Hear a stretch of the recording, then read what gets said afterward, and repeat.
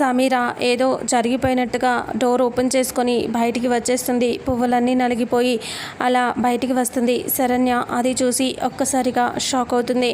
సమీర అలా బాల్కనీకి అలసిపోయినట్టుగా వచ్చేస్తుంది. అబ్బా ఒళ్ళంతా నొప్పులు అని అంటూ అక్కడికి వచ్చేస్తుంది. వచ్చేసరికి ఒక్కసారిగా శరణ్య వెంట వస్తూ అలా చూస్తూ ఉంటుంది సమీరని.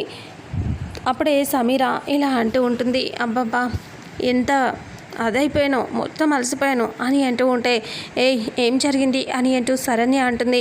అప్పుడు సమీర, చూసావా శరణ్య, అంతా అయిపోయింది. నీ మొగుడు నా కాపురానికి శంకుస్థాపన చేసేసాడు అని అంటూ, నువ్వు ఇంకా ఇక్కడే ఉండటం ఎందుకు, అక్కర్లేదు, నువ్వు వెళ్ళిపోవచ్చు. ఎందుకంటే మొత్తం అంతా జరిగిపోయింది ఇక్కడ, నీ మొగుడు నా సొంతం అయిపోయాడు అని అనేసరికి ఒక్కసారిగా శరణ్య షాక్ అవుతుంది. అప్పుడు సమీర నవ్వుతూ, వెళ్ళిపో, నీకు ఇంకేం పని ఉండదులే ఇక్కడ అని అంటూ చెప్తూ ఉంటుంది. ఇక అప్పుడే సమీర నవ్వుకుంటూ హ్యాపీగా ఉంటే శరణ్య చెప్పు తీసుకుంటుంది. చెప్పు తీసుకొని సమీరని ఇలా కొట్టబోతుంది.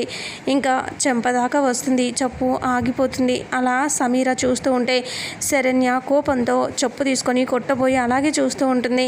ఇంతటితో రేపు రాబోయే ఎపిసోడ్ ప్రోమో ఎండ్ అవుతుంది. ఫుల్ ఎపిసోడ్లో అసలు ఏం జరుగుతుందో తెలుసుకుందాం.